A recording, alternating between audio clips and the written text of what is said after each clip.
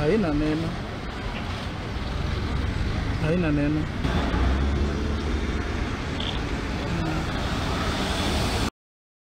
Nimeshuhudia hii gari imekuja ikitoka Nairobi ikikuja imewaka.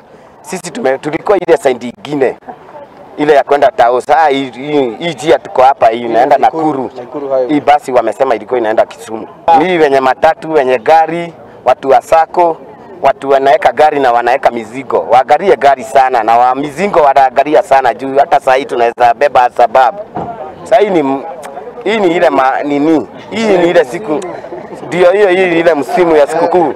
Mambo inaonekana mingi sana. Tulikuwa tumetoka Nairobi saa 3:30.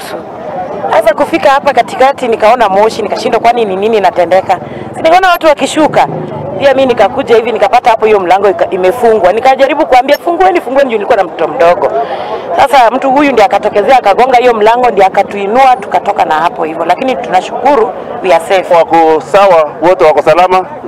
Na kuna wawili ambaye kuna mmoja amerukia dirisha kujiokoa. So mkono imeumia kidogo.